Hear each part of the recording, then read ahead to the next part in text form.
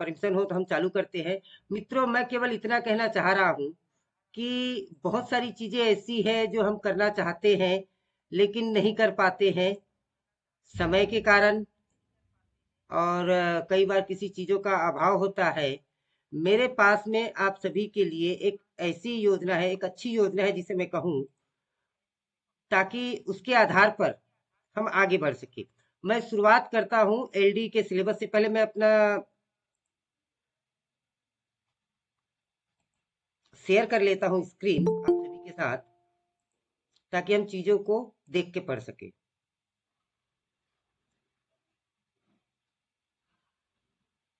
क्या मेरी screen share हो रही है सर? हाँ जी, हो रही है सर। हाँ यस सर। जी, thank you sir, thank you. अब देखिए, ये जो है सर हमारा, ये सिलेबस है, ये कंप्लीट सिलेबस है, एडमिनिस्ट्रेशन एंड फाइनेंस। अभी हम इस पर जोर देते हैं। सर मैं ऑडिएबल भी हूँ, क्योंकि अब मैं आप लोगों की स्क्रीन को नहीं देख पा रहा हूँ जो स्क्रीन दिखना चाहिए मुझे, और अब मैं लोगों को एडमिट भी नहीं कर पाऊंगा। आवाज आ रही है ना सर? आ रही है। चलिए ठीक है। तो ये हमारा सिलेबस है। और मैंने एक चीज देखी, ग्रुप में हम बहुत सीनियर लोग भी हैं, फिर भी सबकी एक ही प्रश्न आ रहे हैं बार बार।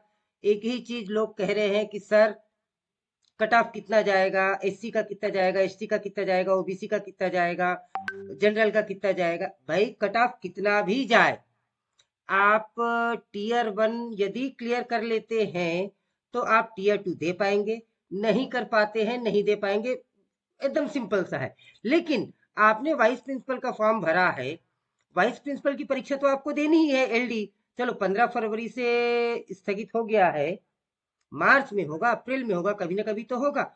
और सिलेबस सेम है, यही का यही, A to Z, office procedure, CCS conduct rule, fundamental rule, ये थर्ड पार्ट है। पार्ट 2 मैनेजमेंट है, पार्ट 1 चाइल्ड साइकोलॉजी है। अभी मैं फिलहाल उसकी बात नहीं कर रहा हूं। मैं ये कहना चाहता हूं कि हम जो इतने साथी बैठे हैं इस ग्रुप में भी, अभी इस कॉल में हम देखें तो अभी इस कॉल में करीब 70 लोग मौजूद हैं, और हम सभी के सभी इस बात के लिए सक्षम हैं कि हम क्लासेस ले सकते हैं। कुछ ना कुछ टॉपिक में हमारा एक्सपर्टीज है, तो हम उन टॉपिक्स को ले सकते हैं। ये ग्रुप एक मंच हो सकता है। सोनी जी से हमें वर्बल सहायता प्राप्त होती रहेगी। रही बात टीचिंग की, तो क्यों ना हम चीजों को आपस में डिवाइड कर ले। जो भी मित्र कहता है कि मैं इसमें एक्सपर्ट हूं, मैं ये ले सकता हूं, मैं पहले एक रफ आइडिया बता रहा हूं जो मेरी प्लानिंग है। फिर केवल मैं 10 मिनट का समय लूंगा, 10 मिनट में चीजों को दिखाना चाहता हूं कि मेरी क्या प्लानिंग है। यदि आप सब उससे सहमत हों तो हम उसी के अनुसार आगे बढ़ेंगे, और यदि इसमें कुछ सलाह की गुंजाइश है तो हम वैसा आगे बढ़ेंगे। तो साथियों, आपकी अनुमति से 10 मिनट का समय है मुझे, मैं बढ़ सकता हूं आगे? श्योर जी सर। श्योर। जी thank you sir, thank you. अब देखिए, इनमें से कुछ बड़े टॉपिक है, कुछ छोटे टॉपिक है। हम छोटे टॉपिक की बात करते हैं। ऑफिस प्रोसीजर एंड मैनेजमेंट, ये 2 दिन का टॉपिक है sir, 2 days। CCS conduct rule बड़ा है, कंडक्ट रूल और 1965 सीसीए रूल और कंडक्ट रूल दोनों बड़े हैं। फंडामेंटल एंड सप्लीमेंट्री रूल बड़ा है, टीए रूल बड़ा है, एलटीसी बड़ा है। प्रिंसिपल्स ऑफ स्कूल बजट, ये नंद किशोर सोनी जी हमें बहुत अच्छे से पढ़ा देंगे, इसे हम 2 दिन का टॉपिक मान सकते हैं। मेडिकल अटेंडेंस रूल बड़ा है। Right to information act 1 day का टॉपिक है। Contract labour abolition and regulation 1 दिन का टॉपिक है, 1 डे टॉपिक है। इनकम टैक्स एंड जीएसटी 2 दिन का टॉपिक है। पॉश एक्ट 1 दिन का टॉपिक है। Ministry of education NCPCR and NDMA guidelines for school safety and security 1 दिन का टॉपिक है। Constitutional provision for PWD, EWS, SC ST and other disadvantageous group एक दिन का टॉपिक है। जनरल फाइनेंशियल रूल बड़ा टॉपिक है। सीसीएस पेंशन रूल बड़ा टॉपिक है। और ह्यूमन राइट्स अगेन एक दिन का टॉपिक है, 1 डे। दोस्तों जहां जहां मैंने 1 डे और 2 डे का टॉपिक लिखा है, आप यकीन मानिए मैं देर से जरूर आया हूं परंतु दुरुस्त आया हूं। ये सब टॉपिक पे मेरे पास में बहुत अच्छे नोट्स तैयार हैं। एक बात मैं फिर से बताऊंगा आपको और कुछ कहना चाहूंगा। आप मुझे अनुमति दीजिए इस बात के लिए कि बहुत सारे नोट्स का होना, बहुत सारी किताबों का होना, 800 पेज की पीडीएफ होना, 700 पेज की पीडीएफ होना, 50 पेज की पीडीएफ होना, ये ज्ञान का घोतक बिल्कुल नहीं है। मैंने पहले भी कहा है, आपने सुना होगा, यदि ऐसा होता तो हमारे स्कूल के लाइब्रेरियन पूरी दुनिया के सबसे बुद्धिमान लोग होते, क्योंकि वो चारों तरफ किताबों से घिरे हुए होते हैं। तो बहुत ज्यादा किताबें रखना कोई बुद्धिमानी काम नहीं है। समयानुसार, पर हम सभी पीजीटीज हैं, हम बच्चों को भी यही कहते हैं कि बेटा वो पढ़ो जो जरूरी है। आपको मैं कुछ नोट्स दिखाना चाहता हूं। जैसे एक बार मैं फिर से आपको ले चलता हूं वहीं पे जहां से मैंने शुरू किया था। ये मैंने लिख रखे हैं, जैसे मैंने लिखा है यहाँ पे, हम बात करते हैं posh and POCSO act. Posh and POCSO act लिखा है। ये टॉपिक मैं लेने को तैयार हूं और इसके लिए जो मैंने नोट्स बनाए हैं जरा आप देखिए।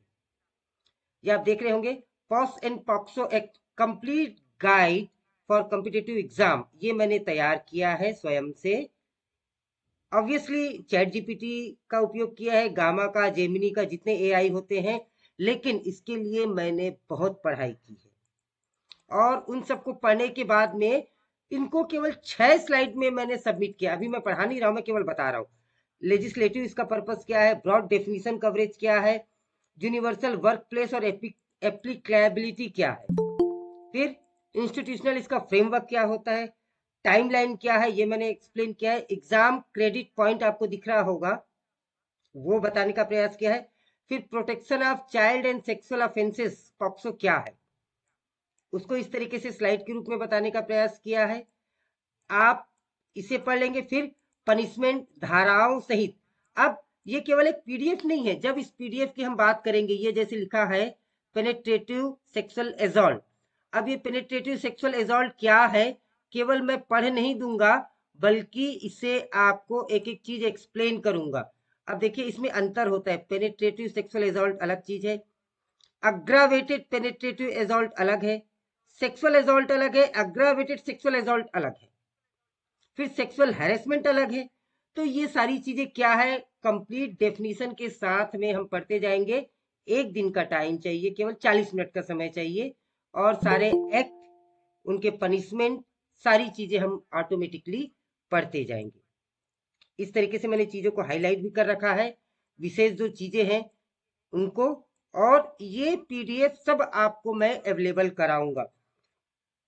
जिस दिन हम पढ़ेंगे उसी दिन आपको ये वीडियो दे दिया जाएगा। मैं फिर से कह रहा हूँ दोस्तों, बहुत सारे वीडियो, बहुत सारे पीडीएफ ये वो कलेक्ट करने का कोई औचित्य नहीं है। या तो आप उनको बैठ के अच्छे से पढ़ सके अकेले, या फिर समूह में हम सबके साथ में पढ़ें, एक दूसरे को पढ़ाएं। तो ये critical exam focused fact and comparative provisions क्या क्या है उसकी एग्जामिनेशन पॉइंट ऑफ व्यू से पिक्चर के माध्यम से यहाँ पे समझाने का प्रयास किया है, बताने का प्रयास किया है। लेजिस्लेटिव इवोल्यूशन और अमेंडमेंट्स क्या है, ये बताने का प्रयास किया है। विशाखा गाइडलाइन, अब हम में से कई दोस्तों को नहीं मालूम होगा ये विशाखा गाइडलाइन क्या है, 1997 विशाखा गाइडलाइन क्या है। तो ये केवल एक लाइन लिखा है, और मैं जब इसे पढ़ाऊंगा तो ये जो लिखा है ये पढ़ के नहीं सुनाऊंगा, बल्कि इसके पीछे की पूरी कहानी सुनाऊंगा जो मैंने विकिपीडिया से पढ़ा है, और बताऊंगा कि विशाखा केस में ये विशाखा कोई नाम नहीं है या कोई लड़की नहीं है। तो ये ओरिजिनली कौन थी, भंवरी देवी थी, कहाँ से थी, क्यों थी, कैसी थी, वो सारी चीजों की हम बातें करेंगे। तो एग्जाम पॉइंट ऑफ व्यू से क्वेश्चंस उभर के सामने आएंगे। यहाँ पे फिर से आपको कॉम्परेटिव एनालिसिस पॉइंट आ जाएगा कि पॉस और पॉक्सो में क्या डिफरेंस है, कैसा है। कुछ फैक्ट और फिगर्स है, उनको हाईलाइट कर दिया गया है। 90 डेज इंपॉर्टेंट है, 1 ईयर इंपॉर्टेंट है, ये 110 एम्प्लॉयज इंपॉर्टेंट है, इस तरीके से। और फिर इन सबको पढ़ने के बाद में 20 क्वेश्चन सेलेक्ट किए हैं जिनके आंसर नहीं दिए हैं यहाँ पे। तो हम पढ़ते पढ़ते चैट बॉक्स में ही इसके आंसर लिखते जाएंगे कि हाँ भाई कौन सा आंसर सही है, कौन सा आंसर सही है, डिस्कशन करते जाएंगे। और जब ये 20 क्वेश्चन, क्योंकि देखिए पॉस एक्ट से 20 क्वेश्चन नहीं आने वाले, क्वेश्चन एक आएगा, हद से हद 2 आएगा।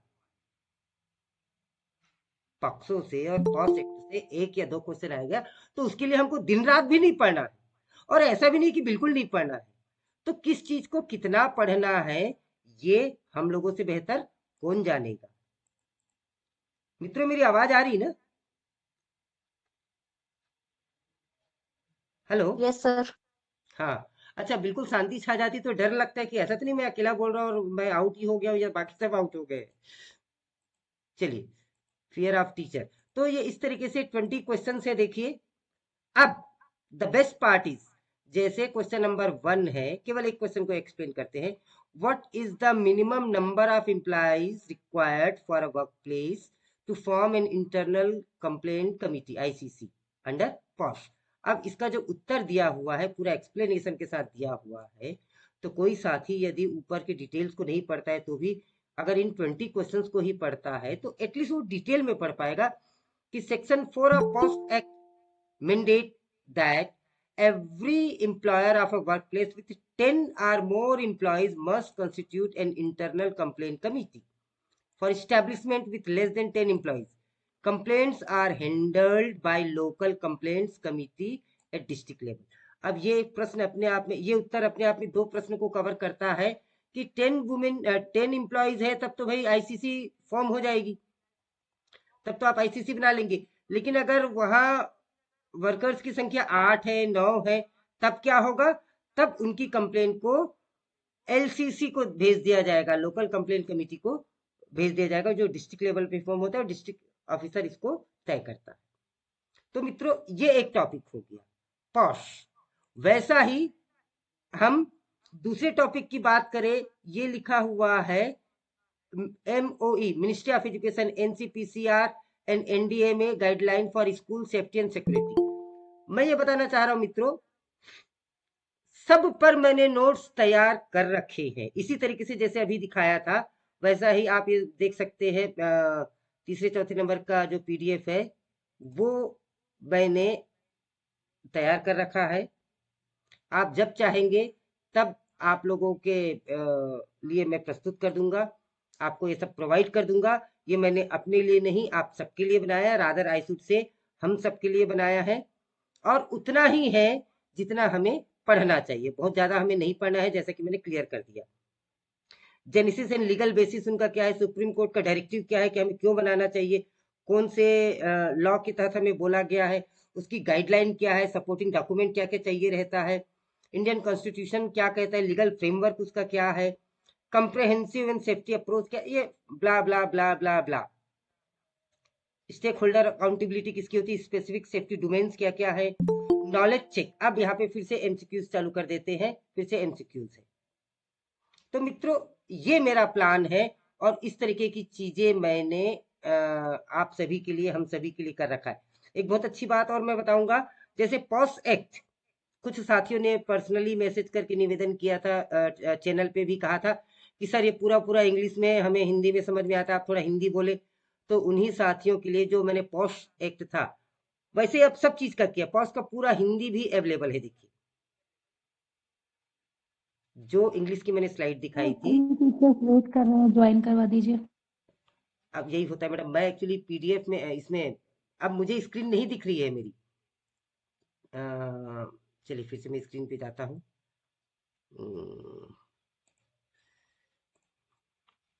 Yes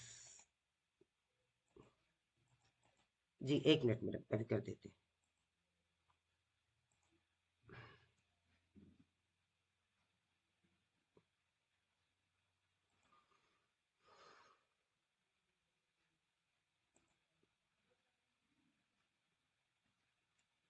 done. Thanks sir. हाँ जी, यही एक समस्या। अभी जो साथी आए उन सभी को नमस्कार। तो जैसा कि मैं हिंदी इंग्लिश में दिखा रहा था, वैसा ही अभी मैंने आपको हिंदी में दिखाया होगा कि वही पॉश एक्ट इंग्लिश में भी अवेलेबल है और हिंदी में भी इस तरीके से बना दिया गया है कि जो साथी हिंदी में समझना चाहते हैं हिंदी में समझ ले, जो साथी अंग्रेजी में समझना चाहते हैं अंग्रेजी में समझ ले, चीजें वही हैं, प्रश्न वही है। ये देखिए वही का वही प्रश्न है जो हिंदी में यहाँ पे अवेलेबल है। तो अंग्रेजी शिक्षक होने के नाते कंफर्टेबिलिटी जोन सबकी अंग्रेजी में ज़्यादा है, अंग्रेजी में बना दिया है। साथ ही हमारे जो हिंदी में कंफर्टेबल है उनके लिए हिंदी में बना दिया है। तो दोस्तों फिलहाल मेरी जो योजना है, आप सबसे जो मैं कहना चाहता हूँ वो यही कहना चाहता हूँ कि ये जो छोटे छोटे देखिए ये एक टॉपिक हो गया, ये 2 टॉपिक, ये 3 टॉपिक, ये 4 टॉपिक, 5 6 7 8 और ये 9, ये 9 टॉपिक्स ऐसे हैं जो वन डे वाले हैं। तो यदि आप सब कहें तो पहले इन छोटे छोटे टॉपिक्स को ग्रिप में ले लिया जाए। इन सभी छोटे टॉपिक्स को हम पहले पढ़ लेते हैं और उसके बाद फिर हम इन बड़े बड़े टॉपिक्स पे आते हैं। ऐसा मेरा विचार था। अब उसके बाद आप लोग जैसा कहेंगे वैसा, अब मैं I will stop sharing the screen.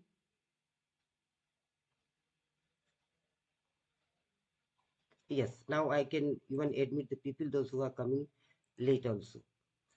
तो मित्रों ये मेरा एक प्लान था। आप कितने लोग सहमत हैं कि हाँ सर हमें इस तरीके से शुरुआत करनी चाहिए, और कितने लोग हैं जिनका कुछ और विचार है? आप सभी को मैं, प्लीज माइक बंद कर लीजिए, किसका है? Angraj, your mike is on I think. हाँ, तो अब आप साथी लोग मुझे बताएं, आप सभी पहले बोल ले, उसके बाद संदीप कुमार जी बोल रहे एग्रीड, और लकी जी भी बोल रहे कि जी सर, एग्री। ऐसा ही अच्छा होगा। ऐसा अच्छा होगा। बाकी सभी साथी भी बता देते। प्रदीप विश्वनाथ जायसवाल जी कह रहे हैं, शिखा सरीन मैडम ओके कह रहे हैं, अनीता मैडम भी हाँ। Almost people are agreed with this, fine, thank you.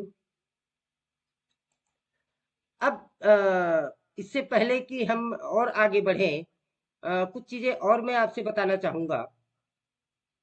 Ritu madam, Parvesh Kumari madam, Santosh Sharma ji, Balwan sir, Vipin Vipin ji, all right, fine fine fine, Shweta madam, Divya madam, thank you to you all. अब हम एक काम करते हैं,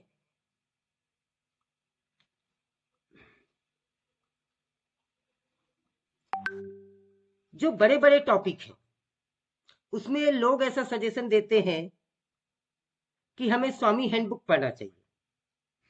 मैं ऐसा कतई नहीं मानता। स्वामी हैंडबुक की जरूरत आपको तब पड़ेगी जब आप प्रिंसिपल बन जाएंगे। स्वामी हैंडबुक रूल्स रेगुलेशन बताता है और वो हर साल चेंज होता है। स्वामी हैंडबुक जो होती है हर साल चेंज होती है, और एक्चुअली स्वामी कोई संविधान नहीं है, स्वामी संविधान को कलेक्ट करता है। एग्जाम पॉइंट ऑफ व्यू की बात करें तो अनडाउटेडली स्वामी की बुक से ज्यादा ऑथेंटिक हमारे सेंट्रल गवर्नमेंट में कुछ नहीं। लेकिन स्वामी हैंडबुक पढ़ने से आप परीक्षा पास नहीं कर सकते। स्वामी की अलग अलग बहुत सारी किताबें आती है। FR SR पे अलग किताब है, कंडक्ट रूल पे अलग किताब है, CCA अपील पे अलग किताब है, और पेंशन पे अलग किताब है। सबकी किताबें उनकी अलग अलग है। अब उनकी किताबें इतनी मोटी मोटी है तो क्या आप हम उसे पढ़ पाएंगे? फिलहाल संभव नहीं है। उसके लिए क्या कर सकते हैं, ये भी उसकी भी योजना है मेरे पास में। एक बार फिर से मैं आपको स्क्रीन शेयर करता हूं और आगे ले चलता हूं। क्या मुझे अनुमति है, मैं आगे बढ़ूं? जी यस सर। सर। जी। Yes sir.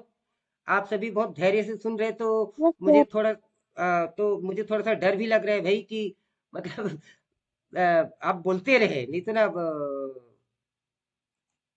मुझे ऐसा मतलब I just want to be in the comfort zone कि हाँ भाई आप सभी एग्री हैं। वन वे ट्रैफिक नहीं होना चाहिए प्लीज, है ना?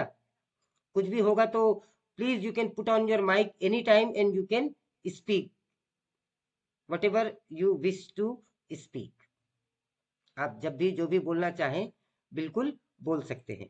मित्रों मैं फिर से वही चीज दिखा रहा हूँ आपको कि बहुत सारी चीजों पे मैंने बना रखा है, आपको मैंने बताया वैसा ही। एक मैं और आपको चीजें दिखाऊं, लेट मी शो यू।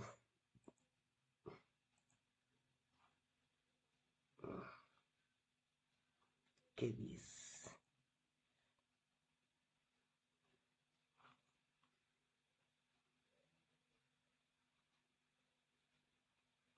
हाँ, जैसे हम लीव रूल की बात करते हैं, LTC की बात करते हैं, आप मेरे कर्सर को देखते रहिए। ये लीव रूल MCQs है, LTC MCQs है, MCQ ऑन इनकम टैक्स है, और ये मेडिकल अटेंडेंस रूल है, ऑफिस प्रोसीजर है, CCA CCS कंडक्ट रूल्स है। ये CCS CCA कंडक्ट रूल जो है, ये मैंने नहीं बनाया है, आपने नहीं बनाया है, रादर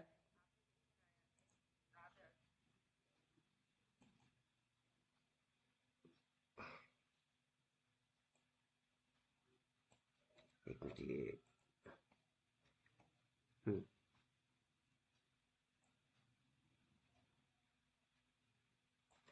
देखिए, this is the beautiful collection of Swamy's discipline rule made objective multiple choice question, and this booklet you will not get in the market. अगर आप ये बुकलेट खरीदना चाहें तो ये आपको मार्केट में बिल्कुल नहीं मिलेगा, बल्कि ये फ्री मिलता है। किसके साथ में? इस बुक के साथ में।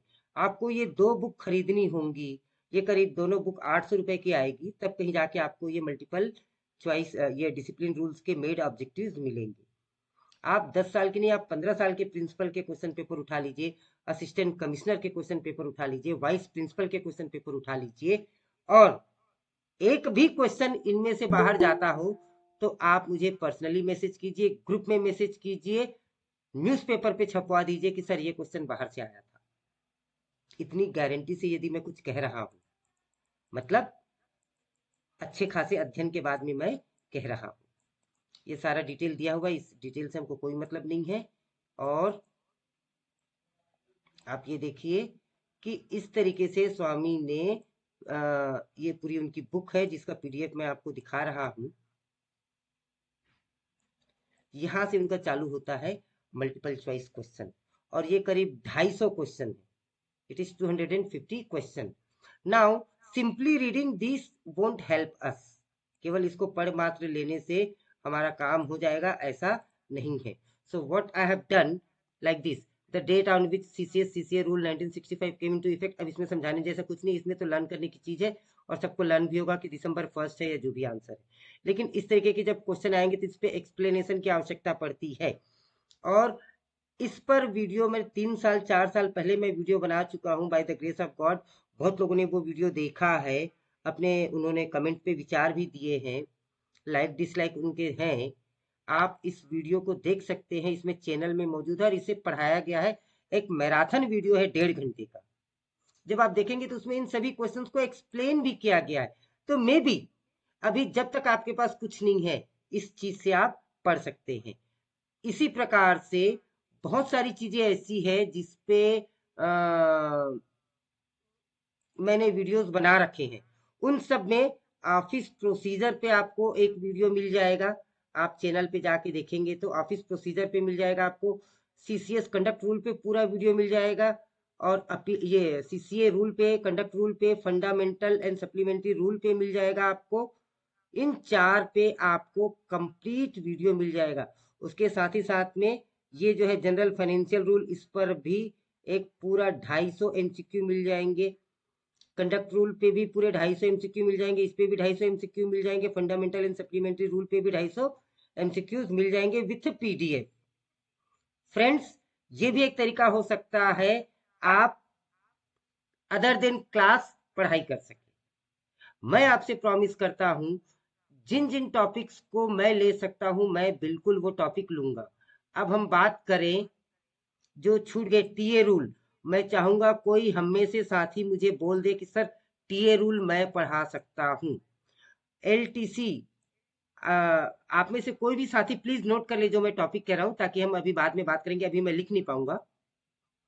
कोई भी साथी रफ में नोट कर ले। हम स्ट्रेटेजी बना रहे हैं।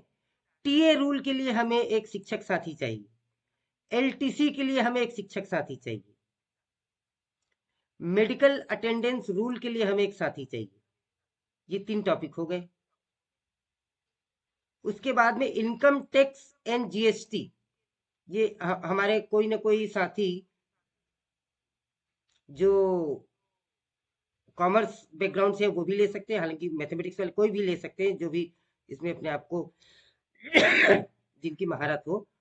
सीसीएस पेंशन रूल, ये 1 2 3 4 5 टॉपिक ऐसे हैं जिसपे फिलहाल ना मेरे पास में कोई मटेरियल है, ना इनके विषय में मैं बहुत कुछ अच्छा जानता हूँ। ये 5 टॉपिक हम में से कोई साथी सेलेक्ट कर ले उस पर आगे बढ़ने के लिए। बाकी ये जो 1 डे 2 डे टॉपिक है, इनमें से भी किसी साथी की महारत है तो वो हमें बता दे, लेकिन हम पहले शुरुआत इनसे करेंगे। एक क्रोनोलॉजिकल ऑर्डर बना के आज मैं ग्रुप में डाल दूंगा कि हम शुरुआत करेंगे जैसे आरटीई से, फिर हम पॉस एक्ट लेंगे, फिर उसके बाद में ये लेंगे, फिर उसके बाद में वो लेंगे। इस तरीके की चीजें आज मैं ग्रुप में डाल दूंगा। ये 5 टॉपिक ऐसे हैं जिनमें हमें एडवाइजरी की जरूरत है। कोई हमारे साथी जो इन टॉपिक को ले सके बहुत अच्छे से, हमें उनकी आवश्यकता है। वो हमारा टॉपिक लेना चालू कर दे। ये मेरा फुल प्रूफ प्लान है दोस्तों हमारे ग्रुप के लिए। समय, अच्छा एक चीज और मैं बता दूं, आपको 1 रुपया भी, एक नया पैसा भी खर्च करने की आवश्यकता नहीं है इस ग्रुप में। ना ही आपसे कभी पैसे मांगे जाएंगे, ना ही आपको कहीं देना है। आपको देना है तो केवल अपना डेडिकेशन और समय। एक कुछ मैसेज था, अभी मैं पढ़ नहीं पाया, कुछ स्वामी publisher somebody had written that. What was that message? Please. There is a book published by Swami on MCQ on all topics. Yes, yes, madam. But that book is not easily available. I said I will give you all the MCQs, and if you have the, किसने लिखा है? विश्वनाथ जी ने लिखा है। विश्वनाथ जी, क्या आपके पास में वो MCQ की बुक मौजूद है? विश्वनाथ जी माइक चालू कर ले। हाँ हाँ, ये सर बुक तो अवेलेबल नहीं है मेरे पास, जी। बट एमसीक्यू मेरे पास वो सारे टॉपिक के।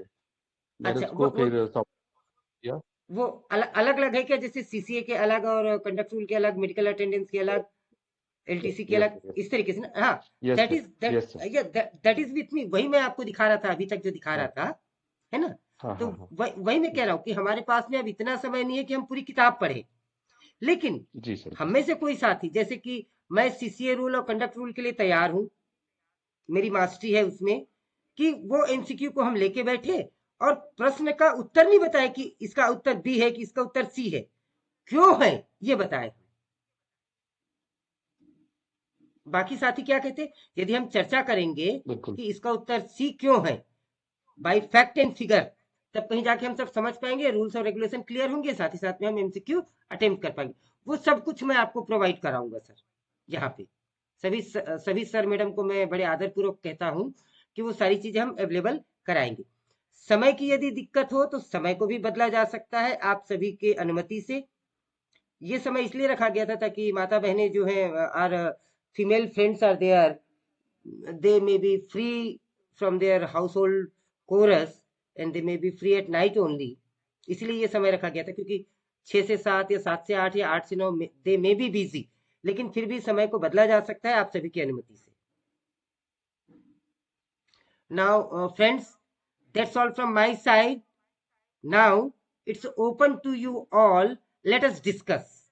कल से मैं कल एक शेड्यूल में जारी कर देता हूं, और उसमें भी आप सबकी मदद चाहिए मुझे, और हम व्यक्तिगत बात करने के बजाय ग्रुप में ही लिखें पूरा सब कुछ, ताकि सभी लोग पढ़ सके। और मैं एक बात और बताऊं, ग्रुप में 1000 लोग है कि 500 लोग है कि 15 लोग है कि 100 लोग है, इससे मायने नहीं रखता। मायने ये रखता कितने एक्टिव मेंबर हैं। और मैं आप सभी से निवेदन करूंगा, इवन मैं भी इस बात को फॉलो करूंगा, बहुत सारा स्टडी मटेरियल सप्लाई हम नहीं करेंगे, क्योंकि इतनी सारी चीजें बह रही हैं, इतनी नदियां बह रही हैं स्टडी मटेरियल की, कि बस पूछो मत।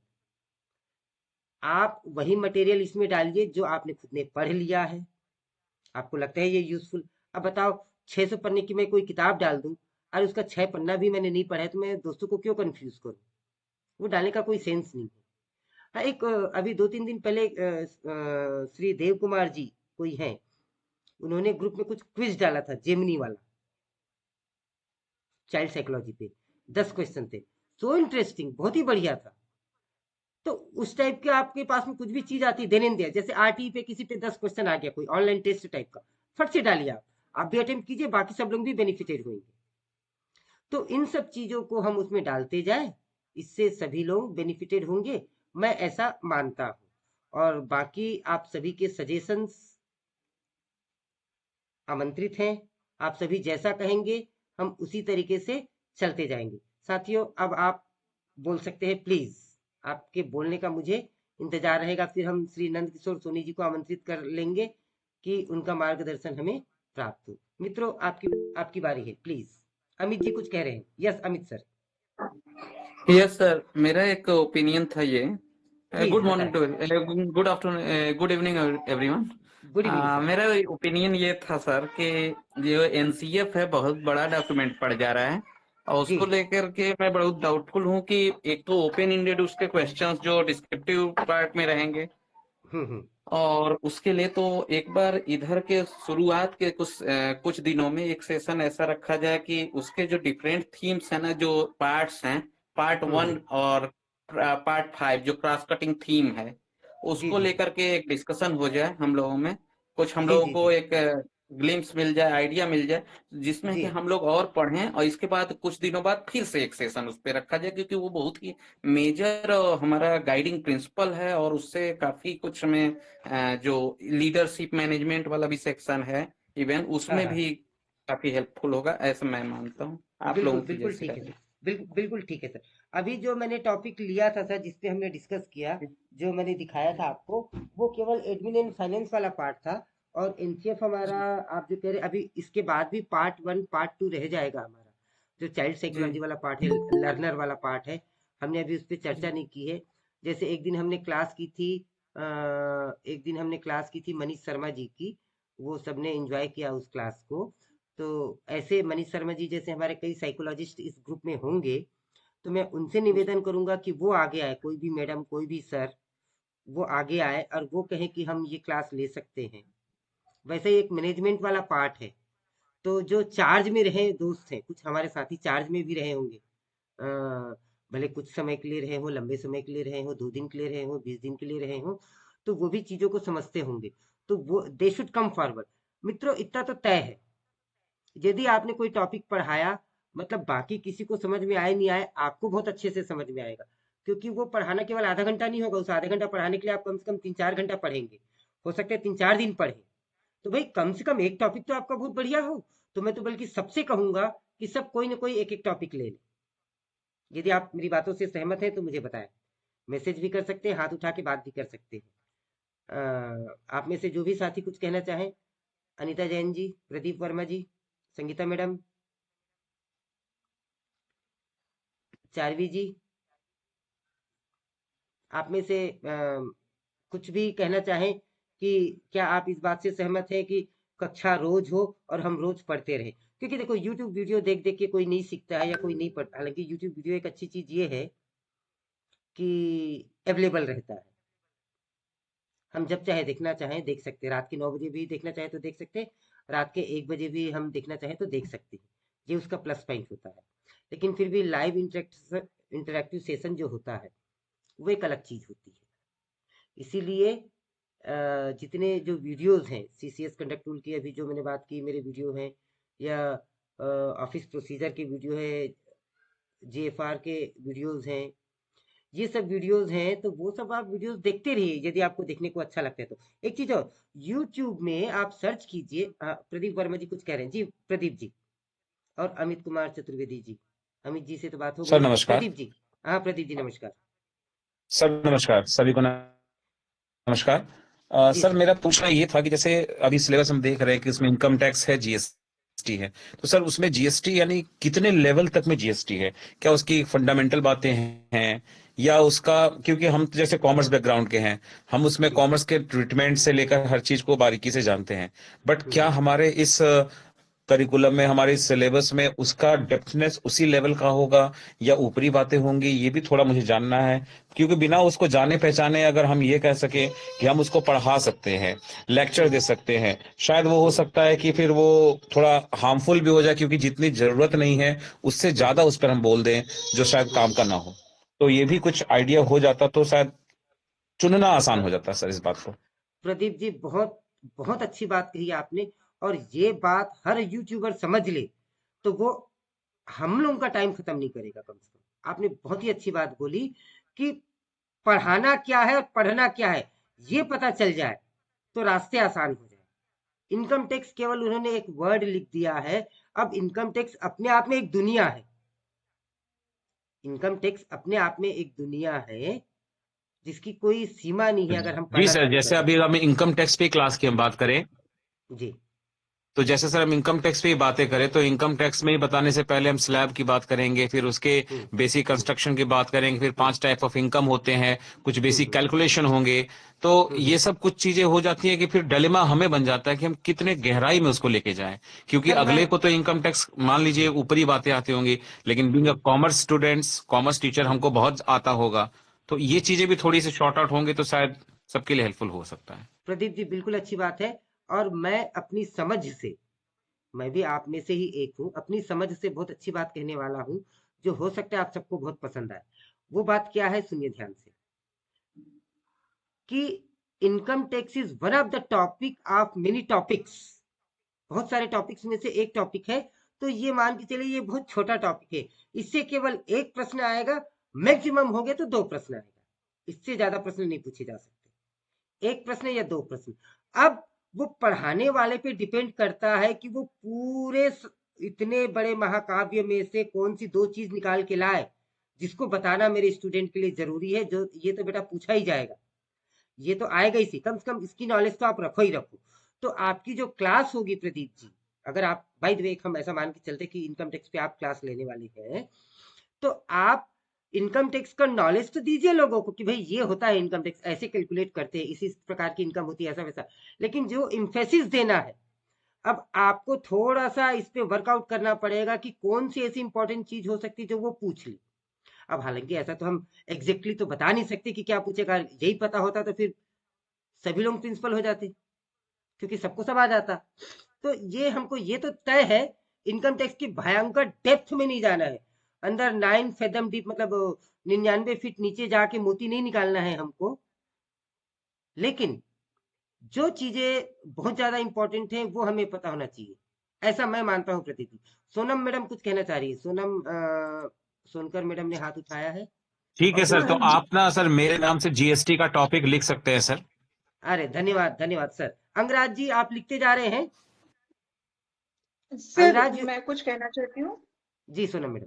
हाँ सर, हाँ, लिखा सभी नहीं को है। नमस्कार सर। अच्छा, एक मिनट सोनम मैडम, सर एक हम ये मिनट। कह सकते हैं कि अगर जैसे इनकम टैक्स का टॉपिक है तो अगर हम प्रीवियस ईयर के क्वेश्चंस को देख के एक आइडिया लगा ले तो क्या वो हेल्पफुल रहेगा हमारे लिए? बिल्कुल हेल्पफुल रहेगा मैडम। मैं वही कह रहा हूँ कि देखिए, जैसे केवल सोनम मैडम, सोनम सोनकर मैडम को ये जिम्मेदारी दे दी जाए कि सोनम मैडम आप हर टॉपिक में से आप 10 साल के क्वेश्चन पेपर छाटो, तो वो सोनम मैडम के लिए मुश्किल हो जाएगा। तो इसलिए हमने कर दिया कि भाई सोनम मैडम ने ए टॉपिक को ले लिया, ए टॉपिक पे वो रिसर्च करे। विश्वनाथ जी ने B टॉपिक लिया, वो उस पर रिसर्च करे। प्रदीप जी ने सी टॉपिक ले लिया, वो उस पर रिसर्च करे। अनिता मैडम ने डी टॉपिक ले लिया, वो उस पर रिसर्च करे। सुरेश देवांगन ने ई टॉपिक ले लिया, वो इस पर रिसर्च करे। तो हम सब मिलके एक ही समय पे 26 टॉपिक पे रिसर्च कर सकते हैं, और एक व्यक्ति रिसर्च करेगा तो 26 दिन लग जाएंगे उसको। तो हम अपना ज्ञान भी अप्लाई करें, सोर्सेज भी अप्लाई करें। 10 यूट्यूब वीडियोस भी देखो आप कि कौन किस पे कितना इम्फेसिस कर रहा है। अलग अलग चैनल पे भी जाए, उनको भी देखें, और फिर एक सारांश निकालें कि भाई ये अमृत है, ये मैं अपने ग्रुप के 500 लोगों को दूंगी। और वो अमृत पाने के बाद में वो इनकम टैक्स का क्वेश्चन तो श्योरली अटेम्प्ट कर पाए।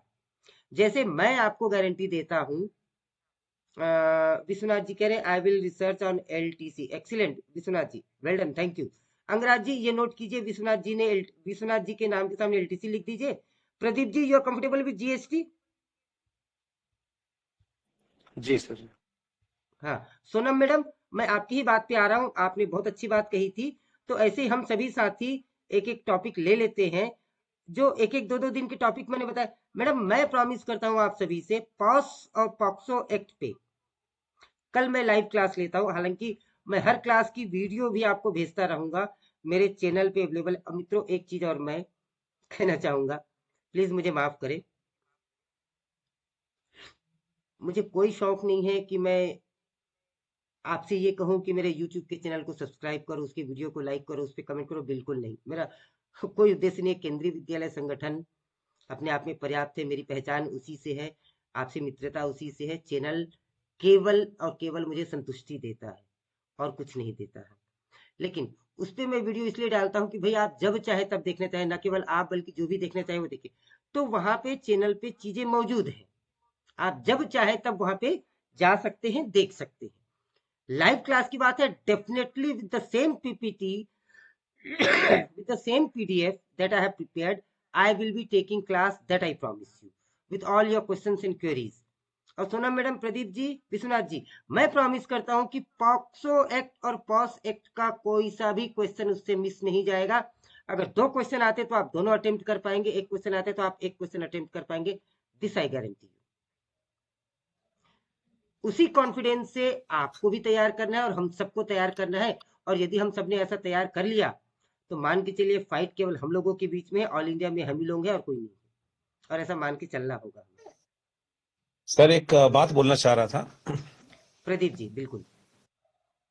सर अभी आपने जो पॉक्सो वाली बात कही ना, एक्चुअली जो हम लोग अभी देख रहे हैं अपना जो हमारा APAR के 6 मॉड्यूल्स दिए गए हैं आई गॉट प्लेटफॉर्म वाले, कर्मयोगी वाले। हाँ हाँ हाँ हाँ, तो कल ही सर मैंने एक्चुअली ना उसी को 2 आवर्स का जो मॉड्यूल था मैंने उसको कल ही पूरा कंप्लीट किया।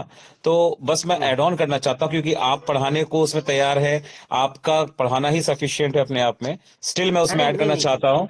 नहीं सर, मैंने जी एक्चुअली आपके वीडियोस भी देखे हैं ना ड्यूरिंग प्रिपरेशन, तो मुझे मालूम है कि आपकी लेक्चर्स अच्छे हैं सर। तो उसके अलावा मैं ऐड करना चाहता हूँ कि अगर आपके पढ़ाने से पहले हम साथी लोग अगर कर्मयोगी आई गॉट प्लेटफॉर्म वाले उस मॉड्यूल को देख लेना तो हमारे लिए आई बिल्कुल गेस सोने में सुहागा हो जाएगा सर। 100 सर। उसके बाद में ना मुझे वीडियो बनाने की जरूरत है, ना उसमें क्लास लेने की जरूरत है। आप बिल्कुल सही कह रहे हैं। आई गॉट कर्मयोगी वाले जो है उसमें एक एक चीज को बहुत डिटेल से बताया गया है। वो 2 घंटे का कोर्स है, हालांकि हम उसको फॉरवर्ड कर करके कोर्स कंप्लीट करके सर्टिफिकेट जमा कर देते हैं। हालांकि दे आर वेरी यूजफुल चीजें, वो यूजफुल चीजें हैं, उसमें कोई दो राय नहीं है। आप लोग वो जब कोर्स अभी करना ही है, कंपलसरी है ही सही, वो भी कर लेंगे तो बहुत कुछ उससे बेनिफिट मिल जाएगा। Pradeep ji, I 100% agree with you. Thank you Pradeep ji. Sir ऐसे ही उसमें चाइल्ड राइट का भी जो कोर्स है वो भी काफी अच्छा है, बहुत ही हेल्पफुल है बेसिक यस यस चीजों को यस मैडम, समझने के यस लिए। Yes sir. Yes yes madam, yes yes yes 100% Sonam madam. और भी साथ हम देखिए यहाँ पे करीब 54 लोग मौजूद हैं, और मैं सभी से अपेक्षा करता हूँ आप प्लीज बोले, और कुछ नहीं तो चेहरा दिखा दे, एक दूसरे को पहचान पाएंगे कहीं जाएंगे तो। और अपने अपने विचार तो जरूर रखिए, आपकी क्या कहना चाहते हैं, क्या करना अच्छा होगा, क्या करना अच्छा नहीं होगा। ये प्लेटफॉर्म मित्रों सभी के लिए, क्या बात है, बहुत बढ़िया सर। ये प्लेटफॉर्म सभी के लिए है दोस्तों, इसमें किसी की कोई वो नहीं है। और हम सभी मिलके एक ही नाव में सवार हैं, और अगर एक ही गति से जा रहे हैं तो निश्चित रूप से सभी पार होंगे। पार होंगे, या तो आर होंगे नहीं तो पार होंगे, और कुछ नहीं तो अनुभव तो होगा। इस बार नहीं बनेंगे तो अगली बार बनेंगे, तैयारी तो करनी है सही। तो अगली बार हमारी तैयारी को और ज्यादा बल मिलेगा, मैं ऐसा मानता हूँ जी। और भी कोई साथी कुछ कहना चाहते हैं, प्लीज।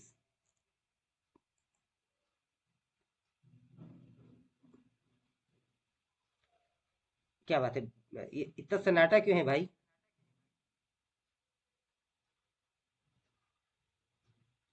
कोई भी?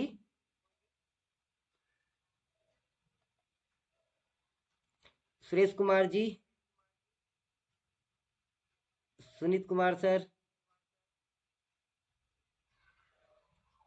Shweta madam, Satish ji, Santosh Sharma ji, whatever you wish to. नहीं तो फिर अगले 5 मिनट में हम ये मीट खत्म करते हैं। Angraj ji, do you have something to say? No, sir, it was a very wonderful session and very informative thank you also. We are very glad that we are getting this opportunity, sir. Thank you so much for this great initiative that you have started for us. Sir. Thank you sir, generally thank you. Sir all your generally blessings. Basic question ही आते हैं, और जी अनीता वो madam. अगर हम ध्यान से पढ़ें तो क्लियर हो जाता है। जो मिस्टेक हम करते हैं, कभी वो बबल गलत हो जाता है, कभी कंफ्यूजन अचानक से लास्ट में पढ़ते हैं तो वो होता है। क्वेश्चंस बहुत जनरली आते हैं और बहुत जो हमें पता होते हैं वही आते हैं, बेसिक ज्यादा डेप्थ में क्वेश्चन नहीं आते हैं सर। देखिए मैडम अपने अनुभव से बता सर रही क्या हैं पढ़ना तो नहीं है इसमें, ये बहुत इंपॉर्टेंट है। एग्जैक्टली क्या एग्जैक्टली पढ़ना नहीं है यस। मतलब। हाँ हाँ हाँ ये बिल्कुल डेप्थ बिल्कुल। में नहीं जाना जो हमारे लिए चाहिए। ऐसे टीचर भी हम इनकम टैक्स अपना बनाते हैं, किन किन चीजों पे हमारा ज्यादा ध्यान जाता है, एचआरए कितना कटेगा, रेंट पे है तो क्या है, जिन चीजों पे हमारा वो चीज अगर देखी जाए ना सेंट्रल गवर्नमेंट की, जिनसे हम डील करते हैं लाइफ में, ज्यादातर क्वेश्चन उसी पे बेस्ड होते हैं, है ना। और जो भी कंप्लेन्स है या चार्जशीट दी जाती है, बेसिकली वही जो हम अपने आसपास देखते हैं और चीजें होती हैं, तो यही बिल्कुल क्वेश्चंस होते हैं। ज्यादा डेप्थ में नहीं होते, लेकिन उनको समझना बहुत जरूरी होता है। जो मल्टीपल चॉइस उन्होंने दी होती है उसमें कंफ्यूजन क्रिएट होता है जल्दी, अदरवाइज क्वेश्चंस बिल्कुल बहुत क्लियर बिल्कुल। होते हैं। Sir Anita madam. सर स्वामी मुझे एक हैंडबुक चीज का और अगर पूछना चाहता हूँ डायरेक्ट। सर। हाँ प्रदीप जी प्रदीप जी। सर एक्चुअली अभी तक मैंने कोई अपना एक्सपीरियंस नहीं रखा है, इस पहला अटेम्प्ट होगा सर। मैं जानना ये चाहता हूँ सर, जैसे अभी का सिलेबस टीयर 2 का बनाया गया है, मतलब ऑब्जेक्टिव क्वेश्चंस के बाद डिस्क्रिप्टिव के भी 10 क्वेश्चंस हैं, मतलब उसमें क्या केस बेस्ड क्वेश्चन हो सकते हैं, डायरेक्ट टाइप के क्वेश्चन हो सकते हैं, पहले कभी भी आया है पेपर्स में इस तरह का कुछ, उसके बारे में थोड़ा सा अगर हिंट मिल जाता। एक एक किसी हमारे साथी मित्र ने व्हाट्सएप पे 2019 का कुछ डिस्क्रिप्टिव पेपर शेयर किया था, जहां तक मुझे याद आ रहा है। वो पेपर अभी कोई व्हाट्सएप कर सकता है क्या? व्हाट्सएप में कोई साथी देखिए तो जरा, एक पेपर हमारे किसी साथी ने शेयर किया था। अ, इसी ग्रुप में। देवांगन जी ये बताइए, ये जो जितने भी कैंडिडेट है अपने बीच में, ये सब प्रिंसिपल वाइस प्रिंसिपल वाले हैं? अच्छा अच्छा सोनी सर।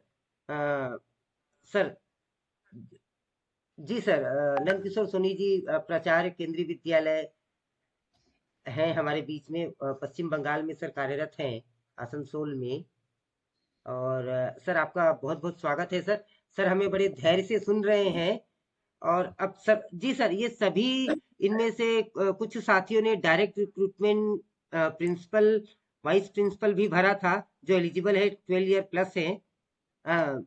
और ये तो तय है कि सभी एलडीई वाइस प्रिंसिपल के कैंडिडेट हैं। अच्छा अच्छा अच्छा, और सभी इनमें से एलडी वाइस प्रिंसिपल के कैंडिडेट है या प्रिंसिपल के होंगे? इनका जो नहीं, सिलेबस आपने प्रिंसिपल बताया अभी, वो मैं ये जानना चाह रहा था कि आपने जो बताया फाइनेंशियल मैनेजमेंट और एडमिनिस्ट्रेटिव से रिलेटेड है, जो दूसरा भी कोई सिलेबस है इनका, पार्ट 1 और 2 है या नहीं है? है सर, है सर, है सर। मैं जैसा एक बार मतलब स्क्रीन सेम, शेयर करके। मुझे लग रहा है कि टीयर 2 ये रेगुलर जो सीधी भर्ती वाला और एलडीसी का लगभग सेम पाठ्यक्रम है ना? सेम 100% सेम है सर, 100% सेम है। मैं स्क्रीन शेयर करके दिखा देता हूं सर। इनका जो डायरेक्ट रिक्रूटमेंट का टीयर 2 और एलडीई का टीयर 1 100% सेम है सर।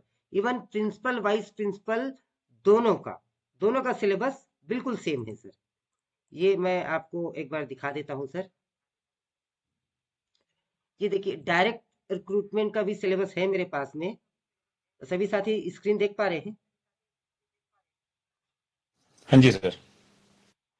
सर ये देखिए सोनी सर, ये syllabus for all teaching and non teaching post, और ये है डायरेक्ट सिलेबस असिस्टेंट कमिश्नर है, इसको छोड़ देते, ये टीयर 2 है सर। सर ये देखिए, ये प्रिंसिपल का है सर। ये पहला पार्ट है prospective on education and leadership, ये का यही हमारा सिलेबस है सर। उसके बाद में इसका पार्ट 2 मैनेजमेंट है, मैनेजमेंट सुपरविजन एंड लीडरशिप, ये पार्ट 2 हो गया सर। और पार्ट 3 में एडमिनिस्ट्रेशन एंड फाइनेंस, ये office procedure, CCS, CCA, fundamental, TA, LTC, principles of school budget, so and last is human rights. ये डायरेक्ट का टीयर 2 का सिलेबस है सर। और अब मैं आपको ले चलता हूं सर, ये जो हमारा सिलेबस है, ये direct tier 1 direct syllabus for the post of vice principal. ये पहला पार्ट वही perspective on education and leadership, वही का वही पूरा। उसके बाद इसका पार्ट 2 मैनेजमेंट, और इसका पार्ट 3 ये administration and finance. Soni sir please sir, आप मार्गदर्शन दें सर।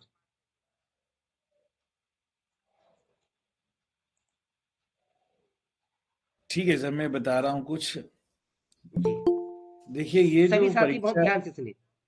सर ये जो आप वीडियो परीक्षा, चालू कर ले तो आप, हाँ जी जी जी, धन्यवाद सर, नमस्कार सर। नमस्ते सभी को, नमस्कार। Good evening sir. Devangan ji ने पहले ही परिचय दे दिया, लेकिन मैं बहुत ही simple simple living high thinking वाला जी जी व्यक्ति जी हूँ। और देवांगन जी की और मेरी यात्रा सर्विस में ही लगभग एक साथ शुरू हुई, है ना। जी बिल्कुल कारण सर। हम लोग प्राइवेट स्कूल में जब टीचर थे, कोचिंग पढ़ाया करते थे, तब से लेकर अब तक हम लोग साथ साथ आगे बढ़े हैं। बीच में 5-7 साल के लिए हम लोग अलग हो गए थे, उसमें हम दोनों जी लोगों जी की बिल्कुल शादियां हो गई, बच्चे हो गए, और बाद में हम फिर मिले बिल्कुल करीब सर। करीब 10-15 साल हम लोग मिले एक दूसरे को फेसबुक पे सर्च करके।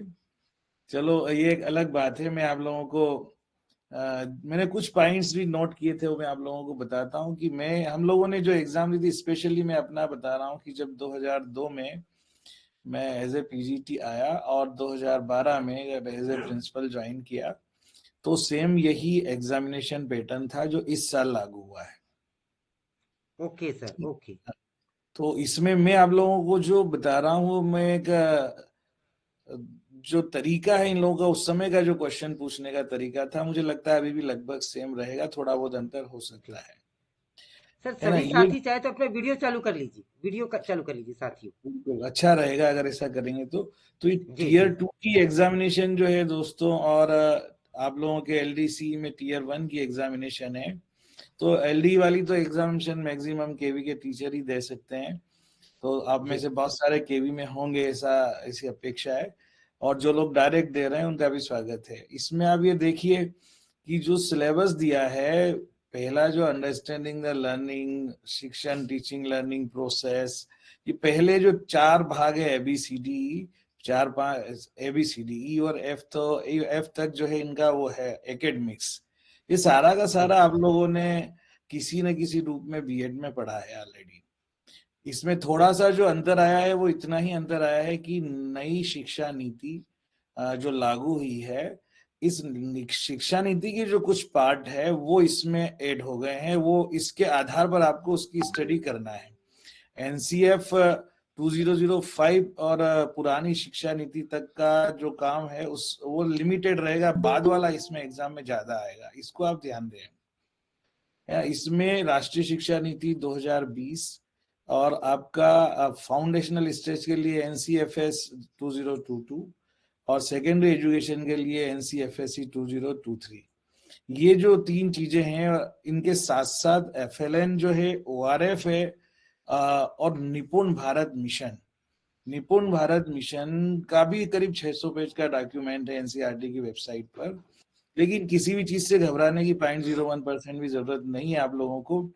आप इस बात पर ध्यान दीजिए कि एनसीएफ का बहुत बड़ा लग रहा है, 500-600 पेज है, लेकिन आप उसमें स्पेशली ये जो एनईपी है, इसमें भी बहुत बड़ा है। आप स्कूल एजुकेशन तक वाले जितने चैप्टर है, जो पार्ट है, उसको पढ़िए। आप बाद में आपको क्लास 12 के बाद वाला जितना भी पार्ट है, मुझे लगता है उसको बहुत ज्यादा देखने की जरूरत नहीं है।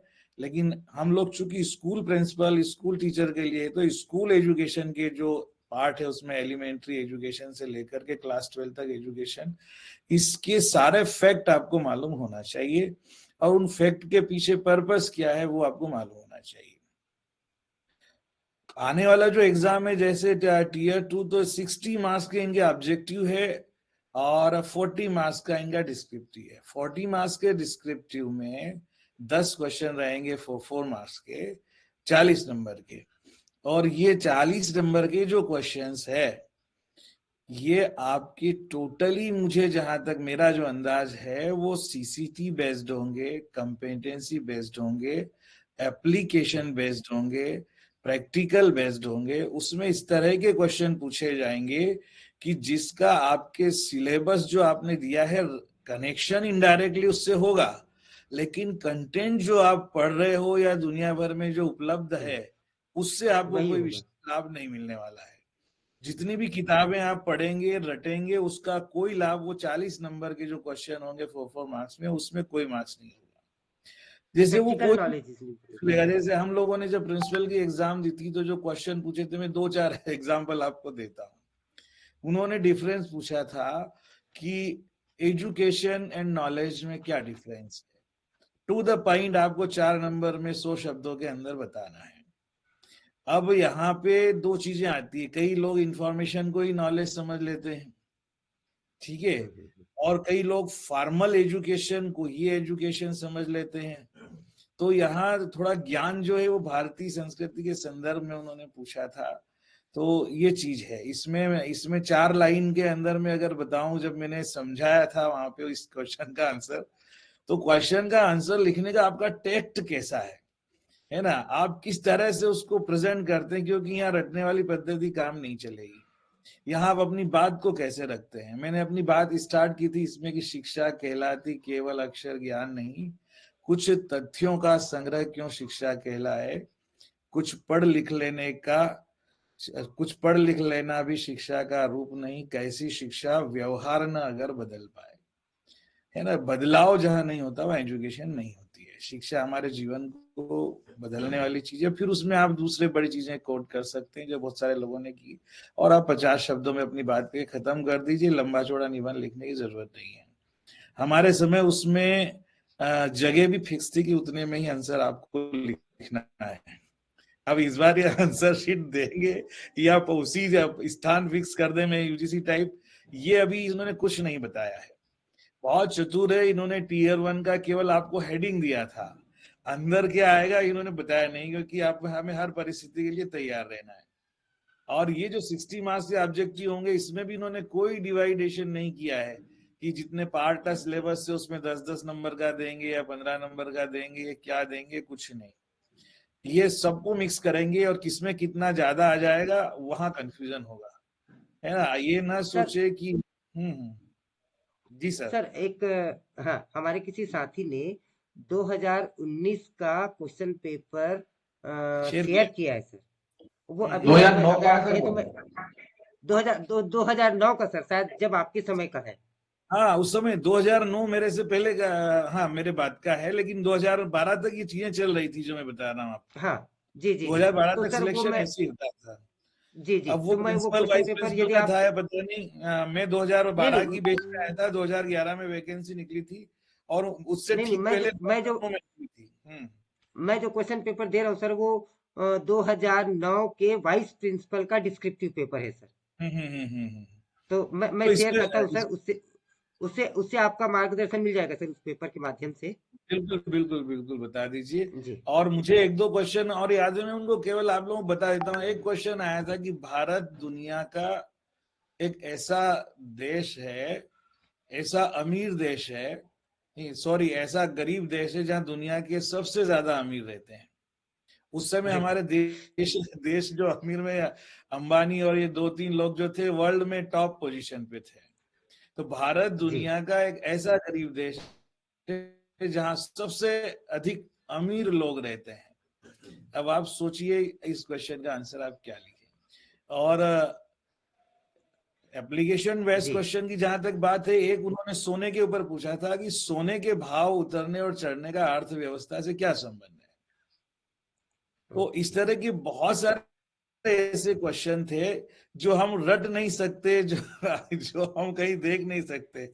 इसके लिए मैं आपको एक सजेस्ट करूंगा कि जिन लोगों के घर न्यूज़पेपर आता हो, चाहे हिंदी हो या इंग्लिश हो, अगर वो बहुत बढ़िया आंसर लिखना चाहते हैं तो जो उसके संपादकीय वाले पेज पे जो आलेख होते हैं, जो करंट जो इस तरह की जो एजुकेशन और डिफरेंट टाइप्स के टॉपिक्स पर जुड़ी व्यवस्था से रिलेटेड होते हैं, वो आपको कम से कम 15-20 मिनट, आधा घंटा एक आर्टिकल पढ़ने में लगेगा, लेकिन उससे आपका एक माइंडसेट बनेगा किसी भी टॉपिक के बारे में।